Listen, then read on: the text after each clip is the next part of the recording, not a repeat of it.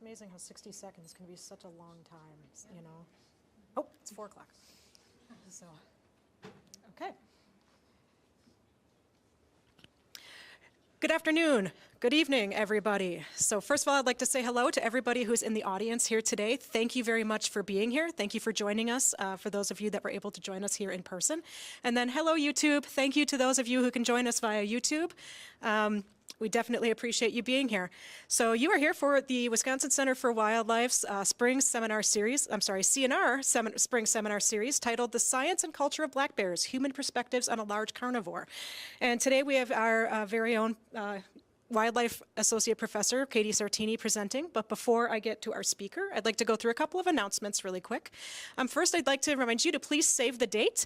This was supposed to be the final seminar in this series, but we had to reschedule one of our seminars due to weather. So not next week, but the week after, we have our final speaker on March 30th at 4 p.m. That'll be in this room, and it will also be live streamed on YouTube.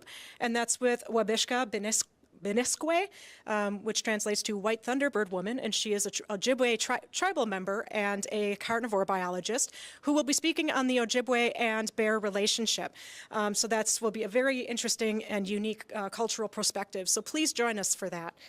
So that is the final seminar in this series, so we hope to see you there. And I'd like to say thank you to all the folks who helped organize this seminar series. First of all, like I said, though it's organized by the Wisconsin Center for Wildlife, we always do this in cooperation with the College of Natural Resources. So we host a CNR Spring Seminar Series every spring. And some year the topic is more broad, and this year it's more wildlife focused. For our other seminar series, our videos and recordings are available on the YouTube channel, on the CNR's YouTube channel, so feel free to check those out. So thank you to the CNR, and also special thanks to the DNR this year, to the Wisconsin Department of Natural Resources, particularly carnivore specialist Randy Johnson, who helped us identify some speakers and helped us organize this seminar series. And then finally, thank you to UW Extension. The Wisconsin Center for Wildlife's director, Scott Hingstrom, is an extension specialist, and so much of the work that we do is extension oriented. And so we work hard to engage our audiences in wildlife science. So thank you to everybody who helped organize this. And then finally, I would like to take a moment to do this acknowledgement, which is an agreement that we have with our local tribes. We recognize the University of Wisconsin-Stevens Point occupies lands of the Ho-Chunk and Menominee people. Please take a moment to acknowledge and honor the ancestral Ho-Chunk and Menominee land and the sacred land of all Indigenous peoples. And so with that, I am going to introduce our speaker today. So today we have Cady Sartini, who's an associate wildlife professor here at UW-Stevens Point, and she is also the leader of the Wisconsin Black Bear Project. And so when I first met Cady, I was a graduate student here at UW-Stevens Point, and she was instructing the a conservation biology class at the graduate level. And I found her to be extremely knowledgeable about wildlife and also human dimensions and relationships between wildlife and people. Found her to be very compassionate and had a very, very unique perspective when it comes to wildlife and wildlife management, and very inclusive. So Cady is, in addition to being the leader of the Wisconsin Black Bear Project, she does teach several upper-level wildlife classes, including human dimensions of wildlife, behavioral ecology, and all of our new black bear ecology and management class. Before coming to Stevens Point in 2014, Cady completed her PhD in wildlife ecology at Clemson University and her undergraduate degree in biology and environmental studies at the University of North Carolina at Asheville. So she's still getting used to the snow, but still likes it very much, but is otherwise really excited to be here in Wisconsin and really excited to speak with you here today. Welcome, Cady Sartini.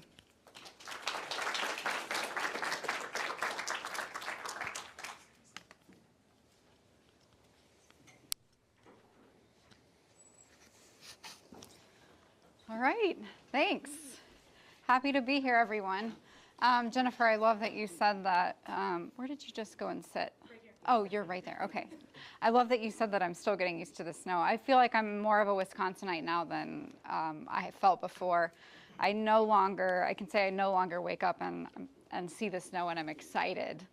That went away like a year or two ago. Now I wake up and see the snow and I'm like, ugh, yeah, okay, we're still here, yeah. And I feel that especially now. I'm sure many of you do too. So I have a very special story to share with you today about the Wisconsin Black Bear Research Project. We do have a lot to talk about, so we're gonna just get started, okay? When I was thinking about how I was gonna frame this talk, I had a really hard time with it because this project is almost 50 years old. And it's a really big thing. Like lots of stuff has happened. We've done a lot of things. And so I was trying to think about what am I going to do? What are we going to be able to do to frame this talk? How are we going to talk about it? It's a big responsibility. And I really have been taking this seminar really seriously, actually. So I was trying to think about how to get ready for, all I'm doing is explaining the history, importance, and significance of a project that's been around for longer than I have been alive, and is responsible for a significant portion of what we know about bears in this state. So just that, right?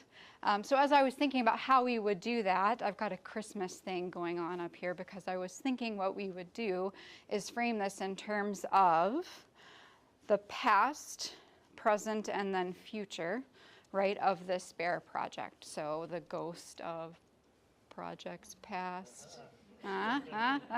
Okay, we're going to talk about the past, the present, and the future of the bear project. So where we have been, how the project was shaped, what we are up to now, just a little bit of that. I cannot share details of all of the projects and things that we've got going on right now, but you'll get a good taste of that. And then where we're going. Where is this ship headed? Okay, so that's where we'll be going. All right, so to get started, we'll start off talking about the past, and I do just want to give a very quick disclaimer here and say I am not a historian. I do have friends who are historians, and I think that when they see this recording, they're going to be pretty much like, oh my God. What I've tried to do here, if you can put yourself in my shoes for just a minute, what I have inherited is a project that started in 1974, says some documents. Some documents say 1976, some say 1978, some say this person, some say that person, some say, so it's lots of different things that I'm putting together into a story that I'm telling you is Cady's version of the past of this project, which I've put together, okay? And a lot of this has been through conversations that I've had with previous project volunteers and then compiling lots of different documents, okay? So I'm not a historian. I also want to tell people who might be watching this, who might have been associated with projects in the past, that the pictures that I'm going to show you, I am 99% sure might actually be the people who are labeled on the slides, but because the pictures that I got were from old photo albums where many people were not actually labeled, what Maggie Heino, Maggie Campy and I ended up doing was just looking through all these old pictures, and Maggie's eyesight's not very good. The pictures are old and nothing's labeled. So we were looking at people's coats and hairstyles and trying to figure out who's who in some of these pictures. So I also don't have pictures of everyone because I have what Maggie had on her dining room table. So if you have things that you think that I should have, I would like to see them. So please share them with me. And if you are a student who is interested in history and you want to document the detailed and correct history of this project, I would love to talk to you. Please, please come talk to me. Okay, that's my disclaimer. That is over. Okay? All right, on to the past, right? So the account that I'm going to use with you all is that this project started in 1974 when Neil Payne from UW-SP partnered with Bruce Kahn at the Department of Natural Resources and began trapping bears in Iron County in the northern part of Wisconsin. Okay, so started trapping bears with the objective just of honestly learning more about bears in the state because nothing was known at this time, right? So starts to work on bears, and at this time others were involved, but most of the things that I've been looking at put Neil and Bruce together in 1974.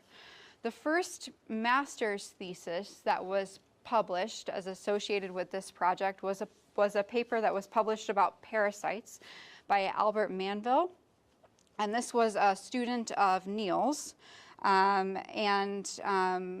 it had to do with, again, a collaboration with Neil and then also Bruce Kahn. So again, just to focus on parasites, and then mostly again on northern Wisconsin.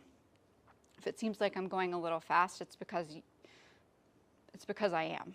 Okay, all right. Okay.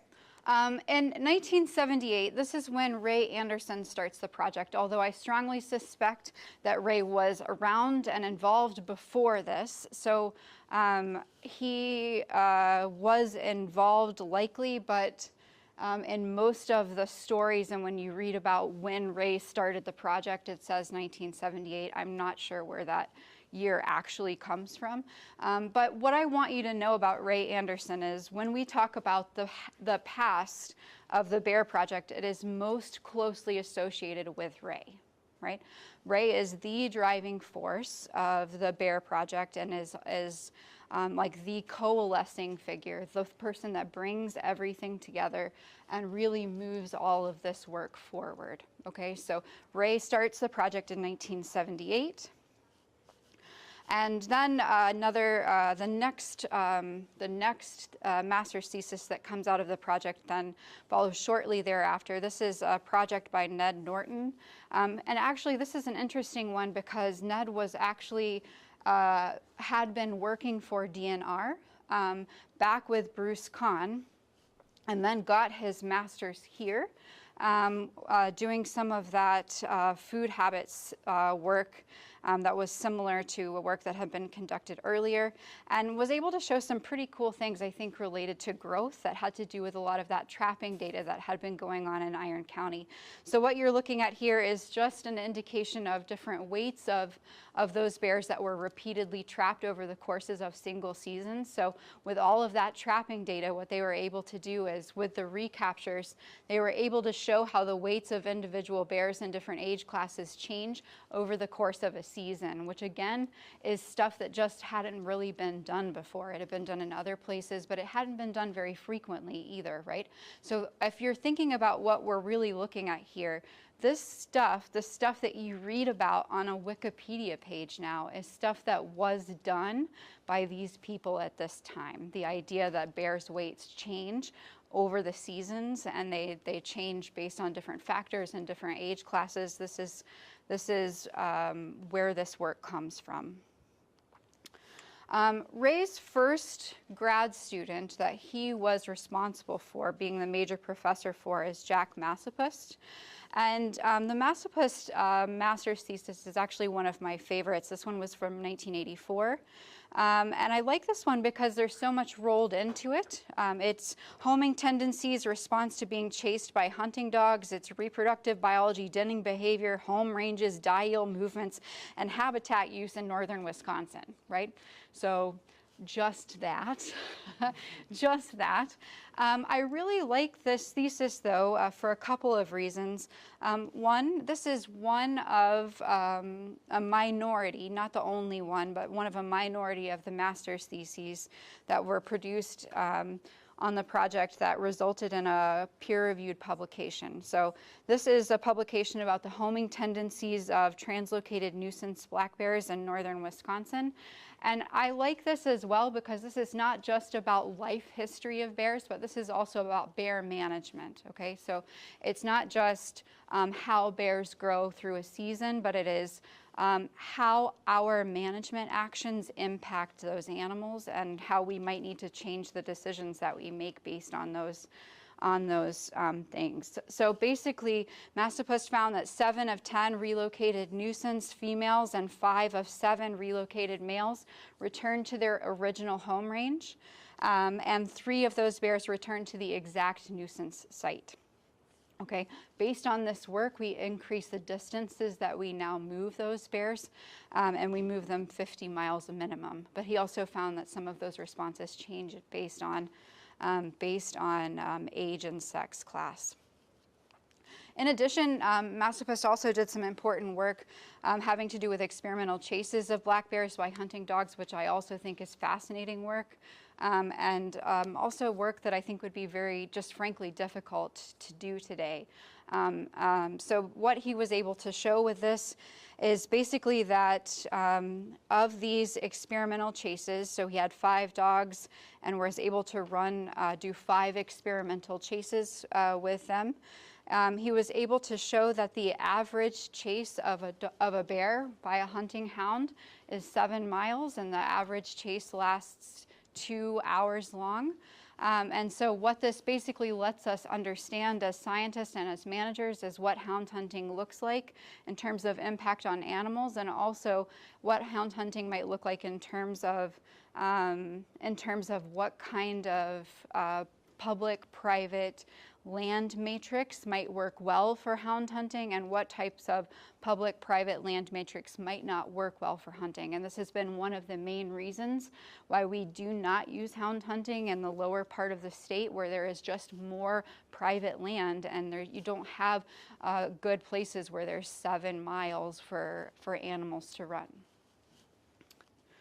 Okay, 1985 is when Maggie Campy started, and Maggie has been an absolute force on the project as well. Started as a volunteer on the project, and she first came on the project because she worked for the National Park Service on the Apostle Islands. And she conducted telemetry, was assisting with trapping, located dens, processed bears, recorded data. She participated in fawn and elk searches. That's a spoiler alert, later we do that. And then also participated in presentations. And then she also arranged for transportation to and from Stockton Island, which is another spoiler alert.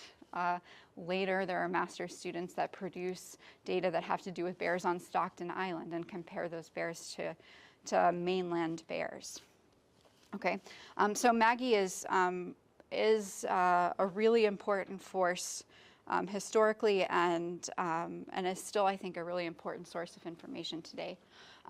This is one of my favorite pictures. I just need to point that out. She is literally here doing telemetry, or in the telemetry truck, and is eating pickled herrings, right? That's her field snack, like field snack of the day is pickled herring and crackers. So this is Maggie. Okay, next is another master's project that is focused on diet. And this one is another one from Neil Payne, but this particular project actually used scat that had been collected from 1978 and 1979 and stored frozen until it was analyzed and then used for this particular thesis. So when I told this to my husband, he looked at me and said, basically, so there are worse things that could be in our freezer. And to which I said, yes, there are worse things that could be in our freezer. That is true. Okay, so this was just another look at diet, but it specifically tied bear diet with the habitat. And so it was a little bit of a more sophisticated look at bear diet. Okay, in 1992, then Doug Stevens, who was a student here, who had graduated here as an undergrad, and then was about to begin work with Ray as a graduate student, actually died on a bear den, which is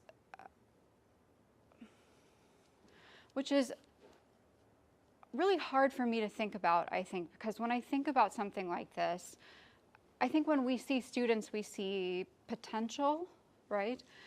And the idea of a student being out doing and especially doing field work, the one thing, right, that most of my students, right, like where I see them at their happiest, it's really, I think, hard to think about. So the story that I heard basically was that Doug, this had been a This had been a den that it was hard to find.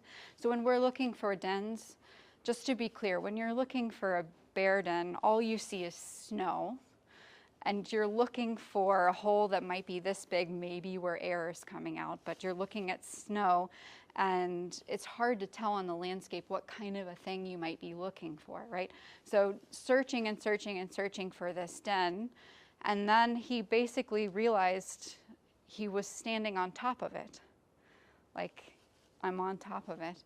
And then he just instantly died. And at this time, I think this is, I think it's just worth mentioning, because he was a potential grad student, important to the project, but I think his life really touched a lot of the other students who are working with him at the time. And a lot of the readings that I've been doing, you can tell how important Doug was to those other students as well. And I think that's really, really meaningful. Okay, so 1992, Doug Stevens. Okay, we're gonna go a little faster.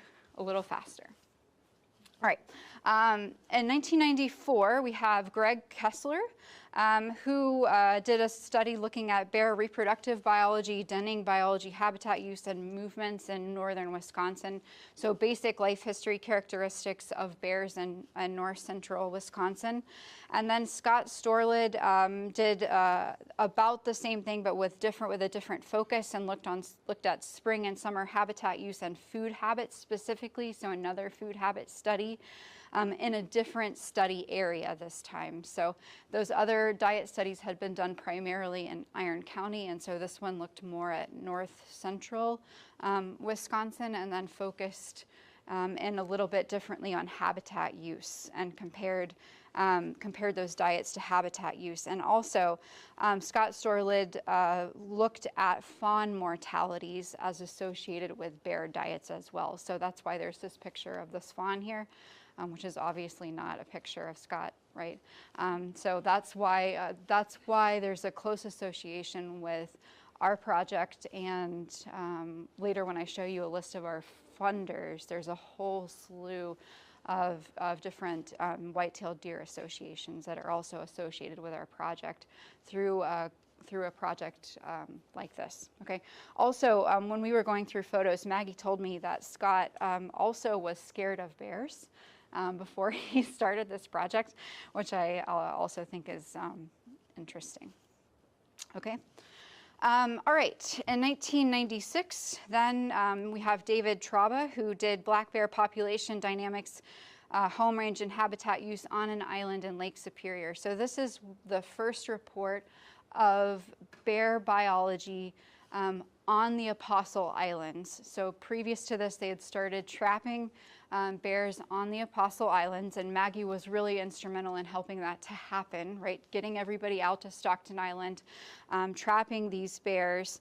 And Traube reported density-dependent population regulation on Stockton Island from 1984 to 1992, including interspecific killing and cannibalism. He included 5 different instances of cannibalism. Also, you see, this is the picture that I have of David. We looked at many pictures of people's feet, and Maggie repeatedly said, "That's David, that's David, that's David." He did not like to have his picture taken, so much to the point that we found one picture that we thought might have actually been him and of his face, and then Maggie couldn't confirm with me that that was actually him. So this is David Traube. Okay. Next is Kieran Fleming, who did a demographic comparison of a hunted and an unhunted population of black bears in Wisconsin. So basically what Kieran did was took the work that David had been doing on Stockton Island on an unhunted bear population, where he showed density-dependent regulation of that population. And then he compared those demographics with the demographics of bears in northern Wisconsin where the bears were hunted, right? So compared the unhunted and hunted population of bears and looked at differences in home range, differences in age to first reproduction, differences in body weights as well, right, as an indicator of overall wellness. So really important work, I think, that was conducted by both Traube and Fleming. Okay. The other thing that I want to point out, just since we're on this slide right now, if you look at this, 1994, 1995, 1996, and 1997, all of these students worked together. When you read their theses, they all did everything together. I mean, like all their pictures are all together. This was a very cohesive group, I think. And I think that that's really, it's really special and important, I think, and important for understanding the project. Okay, so that's Traube and Fleming. And after this, there's a change, a big change. So we go from 94, 95, 96, 97, so much stuff happening, so many things going on with bears.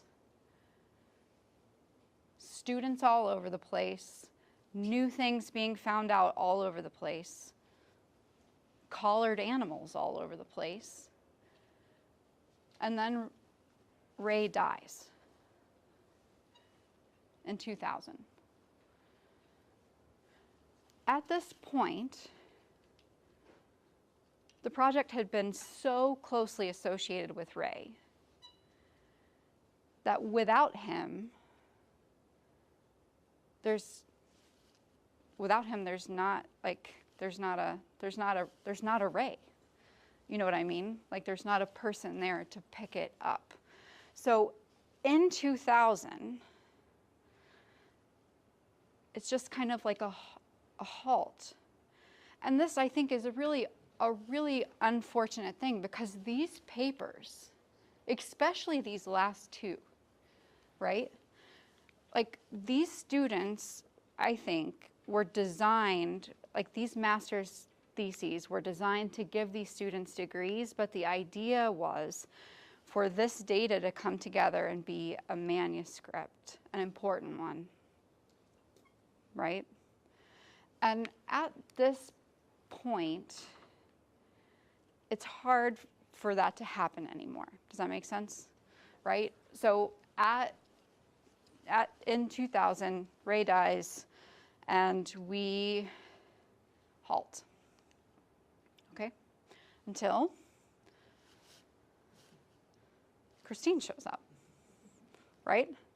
Until Christine shows up. And I have to tell you, Christine, this is my favorite picture of you. Right? It is my absolute favorite. And I've been looking at this picture for so long, and I did not link that this is the same day. It must have been the same day as it's in this article. Okay? So in 2001, Christine Thomas met with people from DNR, right?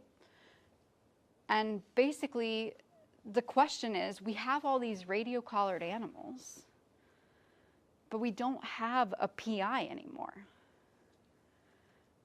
Does the University of Wisconsin-Stevens Point still want to do bear research? Does the DNR still want us to do bear research? Is this still valuable? And the answer was yes, right? The answer was yes. This work is important. It is important work to continue. And that was the message that we received, right, from DNR. And that's the message that Christine took home with her. And when she took that message home with her, she kept it moving forward, right? Kept it moving forward. She kept that moving forward herself by chairing a master's committee herself, right? And also by assembling a new team. Okay? So Christine brought on then Tim Jeanette, and then also we kept on other important players. And I think this is another really important part of the project, is it's not just about one person, it's about your team, okay? So Tim Jeanette then joined the project as the organizational leader, the PI of the project. And Maggie Campy was instrumental, I think, in aiding this transition. And then this is also Bruce Prentice, who is also a really important volunteer. And I think all of our students still know and recognize more than that. I bet you're surprised to see that picture of Bruce. I have another one that I think you're going to like as well. Okay. All right, so Tim Jeanette comes on in 2001, and there is a transition, okay? At that point, after Tim starts, actually Bruce then formalizes what he had been doing fairly informally and actually creates an Ashland High School project where he takes high school students from Ashland High School and teaches them about bear ecology in bear dens, and has high school students doing the same work that we do here with our college students, which I think is absolutely amazing, right? So this is also Bruce. I put this in here specifically for our students. And this is Aaron Pratt, who was a student of Bruce's at the high school level, then came here and got his degree from here and spent 10 years in the field, which is also, I think, just a real value of the project, okay? In 2003, then we have Peter Gesch, who produced his master's doing a summary of Ray's work. Christine, you were the chair of that. Tim was, I was on the committee. Okay. Okay, we'll look at the thesis together, and we'll see whose name is on top, because your name's on top, okay? All right, but what is nice about, I think, Peter Gesch's thesis is he thanks Christine and says, because she refused to let Ray's work die, right? Like, refused to let Ray's work die. So this is a good summary, I think, of those things having to do with Stockton Island and also having to do with north central Wisconsin. Once Tim got rolling, he had two master students that did their own unique work. Melanie Hansen looked at habitat characteristics and habitat selection of both bear and elk. And she did publish part of her work as well in the Ursus journal. And then Kathleen Schindler did a life history attributes of black bears in northern Wisconsin in 2008. So two master students that Tim produced. Kathleen was doing more of life history attributes. So basically what you're looking at here is age to first reproduction and the number of bears that are available in the population compared to how many are actually reproducing at that age. So population demographics stuff, okay? So two master students for Tim. And then in 2016, Tim Jeanette becomes Associate Dean. When Tim Jeanette becomes Associate Dean, he kind of has to be a dean. And at that point, as he's starting to decide that he needs to be a dean, he starts to just stop adding more bears to the project. So the project just slowly starts to decrease, right? Slowly starts to decrease until we get to 2019 when I ended up joining. And so the same Southerner who up until very recently was excited to see snow and had no idea how snowshoes worked, was just absolutely enthralled with the idea of snowshoes, is now, this is my field season. So it's very different than the work that I used to do on the coast.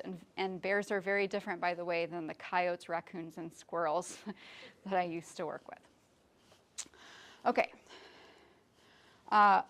There's a lot I did not tell you in there. Believe it or not, I told you some of it. I did not tell you about many visits from the media, film crews, people from NASA who are investigating bears to look at how they're able to remain motionless in the winter without losing muscle mass. There's a lot of stuff that's not there, okay, but we need to keep moving. To summarize though, just to summarize, in a traditional focus of the project has been on life history. So most of those things that we were talking about had to do with life history characteristics like growth, denning behavior, habitat use, home range, movements, population dynamics, reproductive biology, diet, and parasites. And there were a couple of different study sites involved, okay? There was Iron County for some things, there was the Apostle Islands for some things, but this is what I would consider to be the core area where most of the work was conducted, okay? Traditional focus on life history. So when I was trying to figure out what this project actually means, and I was trying to conceptually understand the importance of this project, I actually went back to the Wisconsin Black Bear Management Plan. And as I was flipping through this, I was just thinking about, actually a good portion of this plan has to do with just what do we know about bears in this state. And when you actually look at the literature cited section of this document, which is what do we know about bears in the state of Wisconsin, in the literature cited section of this document, our program makes up more than 60% of the citations in this management plan. So you can basically think about that as saying this program is responsible for more than 60% of what we know about bears in the state of Wisconsin, which is astounding, right? Astounding. Okay, that was the past. We're moving forward into the present, okay? What are we up to now? So we've got a few things that we need to talk about what we're doing now. All right, what I like to think about is this is kind of like our core project. So this is our long-term production and survival in central Wisconsin and north central Wisconsin. So I just want to give you a small taste of what this part of the project really looks like. So our project is female oriented, okay? We focus on females because they have smaller home ranges. We're interested in cub production and survival, so females are more important for that. Males are just not as important for that. Also, males have giant home ranges and are kind of just a pain to deal with. So we stopped collaring males in 1993. Okay, so we recruit female bears onto the project in 3 ways. 1, as the female offspring of bears that are already on the project. 2, by members of the public reporting dens to us, and then we respond to those dens, and then if they're females, we'll add them to the project. And then 3, if we need to add more animals, we'll trap using culvert traps in the summer. Okay, and then I wanted to just give you a quick taste of what this actually looks like. So we've got a quick GoPro here. Ooh. Oh. Okay, there we go. All right, this is the part that is still fascinating to me, the getting there part, the snowshoeing part. So getting everyone out to the den. One of my favorite parts is just honestly how beautiful some of our Northwoods are. This is anesthetizing the bear in the den. That's Bruce, Prentice there with Nate Klug.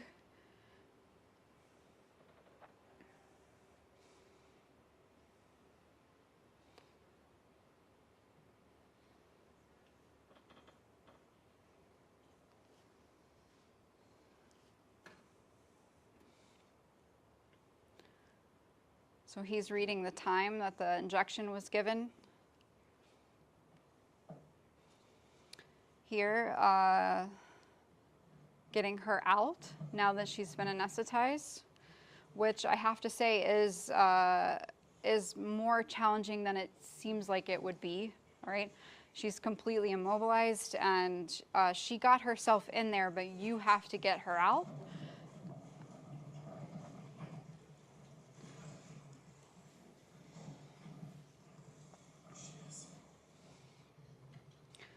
taking morphometric measurements. So here we're measuring the foot pad.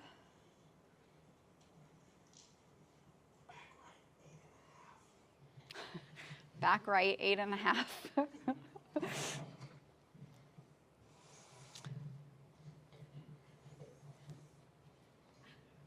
And then that's a yearling that's going to go back. Just about the size of a Labrador Retriever.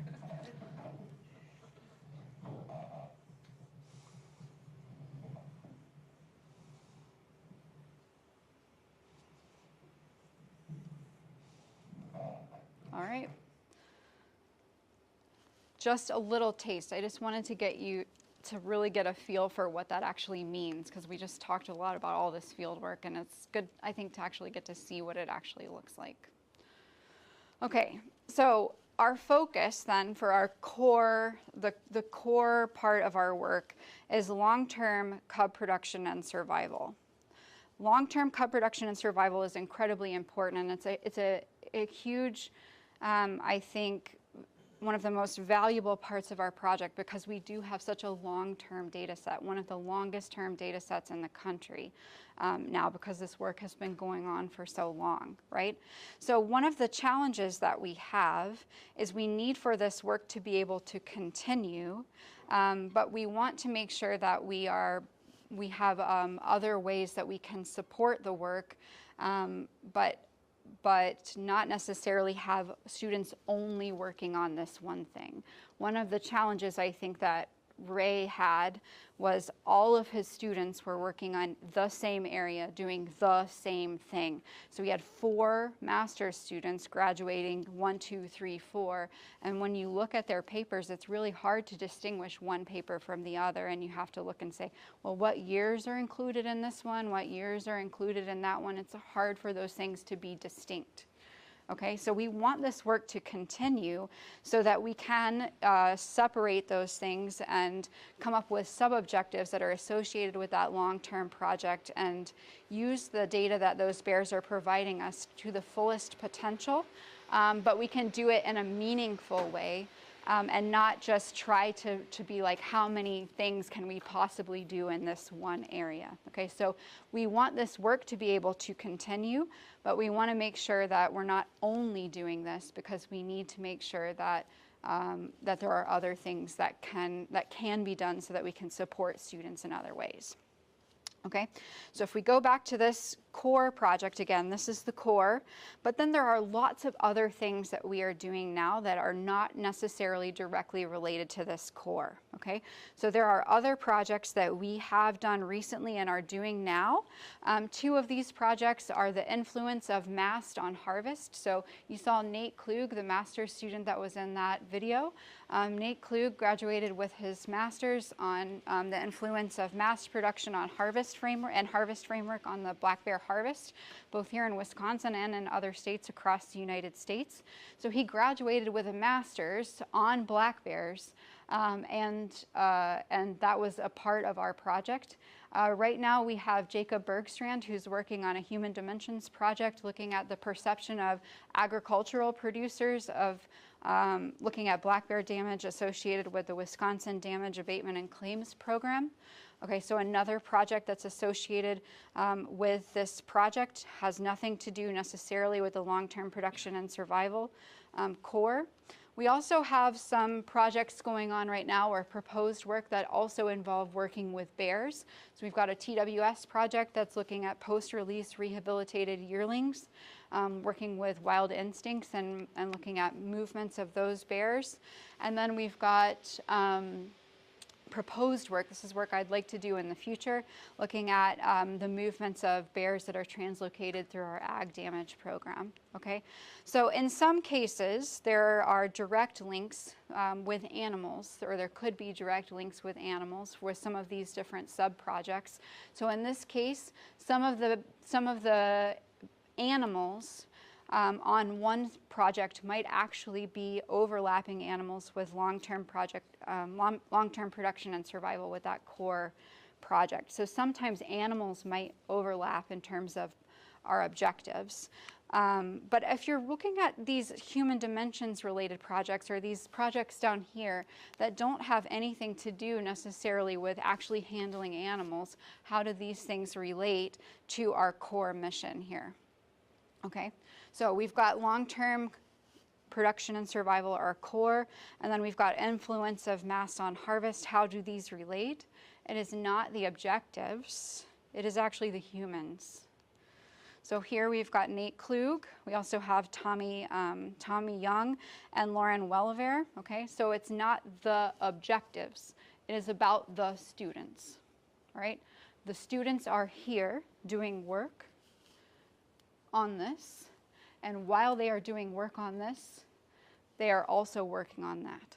Okay, so what this means is a student can come here and have a program where they're never actually doing, their program has nothing to do with actually touching an animal, and they get that experience and that important part of their education by working there. Okay.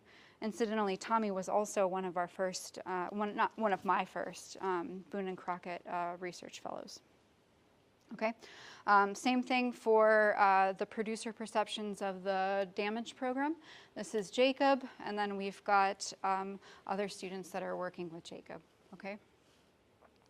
All right, so if we're looking at this again, we've got bears that overlap, but if we make it more complicated and think about what it really is, it's not just about bears or overlapping project objectives, it is about overlapping students. It is the students that make that core project run. And Nate is a really good example because Nate helped me immensely in a period of transition, right? When I took over from Tim, I did not have a lot of the skills and knowledge that I needed, and Nate was able to help me greatly, right? And in the future, I think that having master's students especially be able to work on this piece while they are doing other things helps us produce important work, right, in different areas of bear research, but still be able to keep this part going, because this part is the part that's valuable for the long term. But long-term projects don't necessarily turn out things all the time. So having other things that are there to help us diversify our interests can be important. And then we can think about this in a more complicated way, right, where we've got students that are actually overlapping multiple objectives. We also have got an educational piece here. Black Bear Ecology and Management is a new class that we started offering this fall. Okay, so this is the syllabus, and actually this is a fun class because I actually let students basically write their own syllabus, which is the only class that I do that with. And actually it's interesting because they end up writing the same thing. They all want to know the same thing, which I think is really fun. So in this class we focus on natural history and ecology, and then we spend a good chunk of the class talking about conflicts, bear use, and bear management. And we spend a lot of this class bringing in guest speakers from Wisconsin DNR and other places. Actually, this particular year was special because Jacob Bergstrand we actually brought in as a guest speaker last year when he was a professional working for the National Park Service. After he had graduated from our bear program as an undergrad, went off and started working for the National Park Service. We brought him on as a guest speaker to talk about his experiences there, and now he's back with us again, working as a grad student. As a part of this class, we also have a field skills workshop where students get hands-on experience in a controlled environment, doing the work that they will either see done. To be clear, I'm not letting any students anesthetize bears, but they will see that part done and they do everything else. Right? So they get hands-on experience actually doing those things in fairly realistic ways. Actually, if you take a look at this picture, this was a den that was actually constructed by Logan, who's sitting right over here. And this was such an extensive den that actually Jacob is sitting right here taking this picture. So students had to crawl into this contraption with a pole injector and then actually inject a target. And that's right in that hole. Okay, so that's part of this workshop. Okay, so summarize. What are we doing now, and how is it different from what we were doing before? We still have a focus on long-term cub production and survival in north central Wisconsin. That is still critically important to us. We have diversified research interests to support a range of outcomes now. Okay, I think that's critically important because it helps keep projects separated. It helps avoid some of that problem with overlap.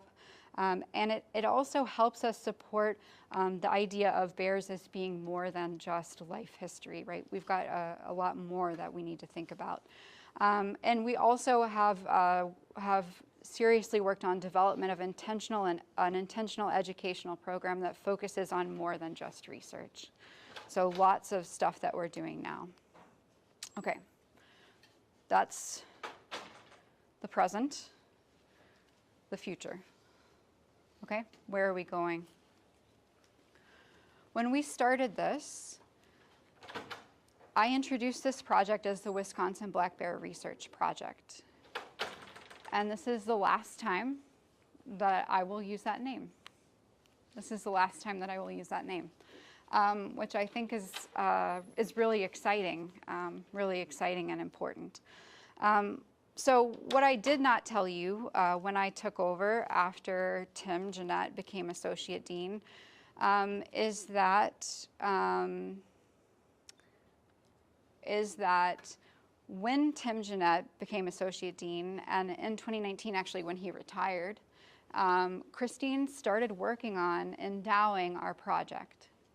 Okay, so, and what I'm now associating with Christine's, like this is now like typical Christine fashion, like this will live, it will live on, like this will have a life, okay?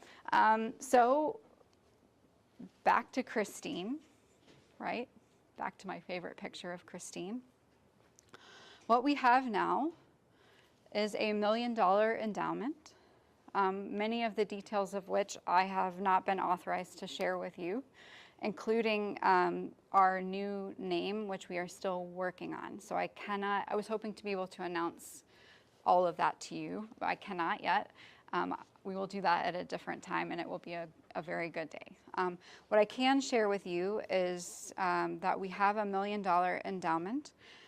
Thanks to the very, very kind and generous donations of a lot of people, including the Stevens Family Foundation of Doug Stevens, which I think is fitting.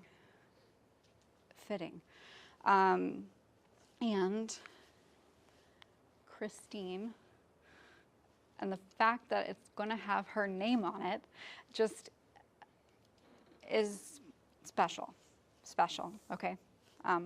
Special. With this, there are 2 separate research fellowships which can be used for graduate students or undergraduate students.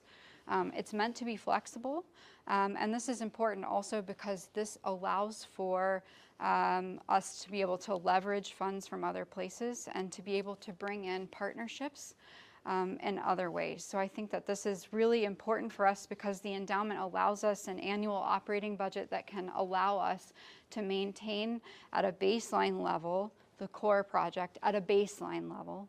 But what we can do with these fellowships is we can bring them to the table as ways that we can leverage additional funds to be able to pursue some of those other objectives. So we can get more work done for bears and do more good things for students, okay? So it is all about those partnerships, and this will help us greatly do that, all right? The last few things that I want to say is the work that's associated with these partnerships is incredibly important.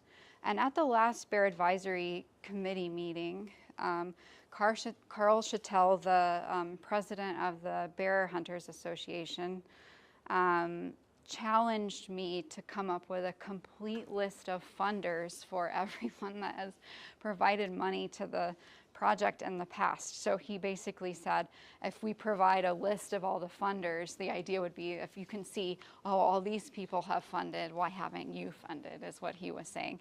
And so I was like, oh, that's a good idea. And then I started doing it.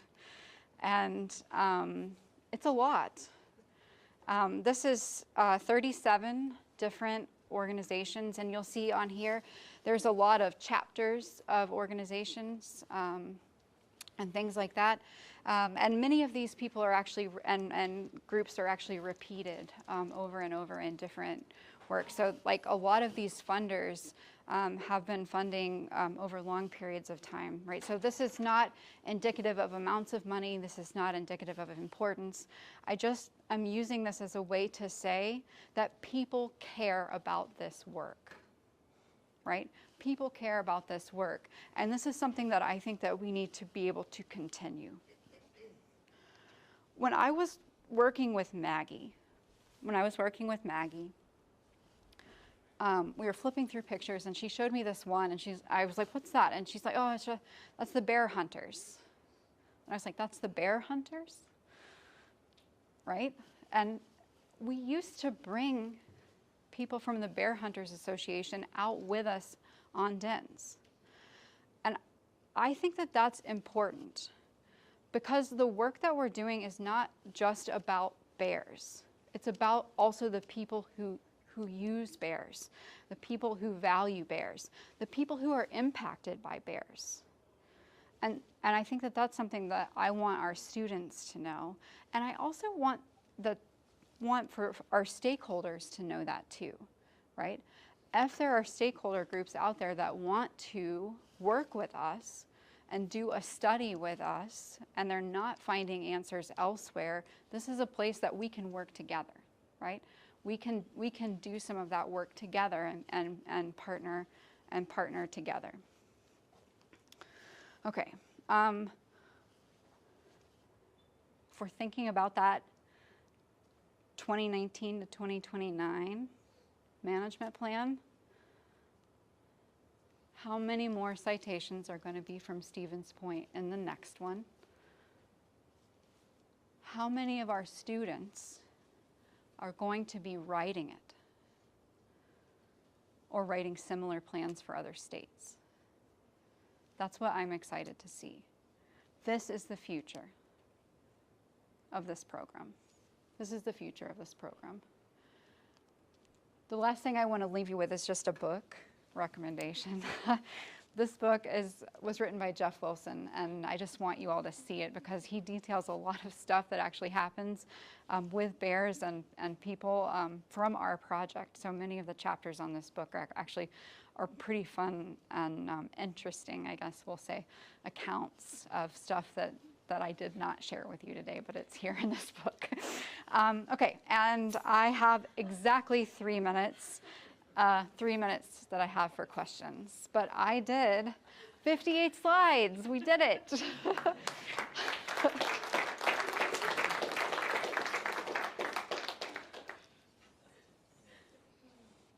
That's my strategy. I was going to leave not enough time for questions. Yes? How can students get involved with the project going forward?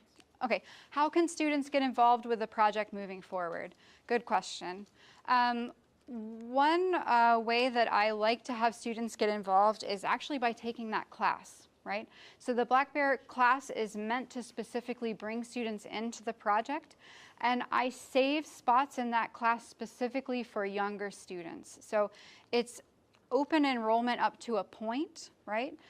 So mainly it fills up with seniors, and then once registration is over and the class is full, what I'm looking for in that class is a few younger students who can then become lead TAs later, right? So I want a few freshmen or sophomores to take that class, or transfer students to be able to get a chance at that class, so that I can train those students early and then be able to bring them in, and then those students will be the ones that I call when I have work that needs to be done. And I think that there's a lot of extra value involved in that, right? So if you're interested in working and doing that, I'm happy to talk to you. So you're welcome to come. My office is literally right down the hall. Mm-hmm. What's the most rewarding part about your work? Oh, the most rewarding part about my work.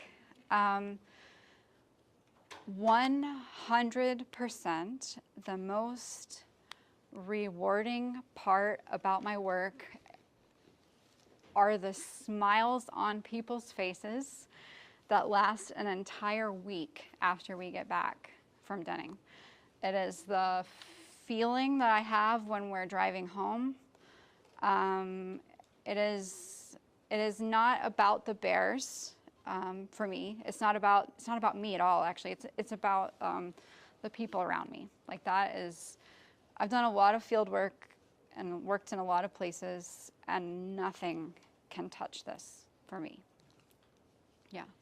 We're going to have to wrap up. So if anybody wants to ask more questions for Cady, Cady, if you're so inclined, if you could please go out to the lobby and folks can continue to talk to you there.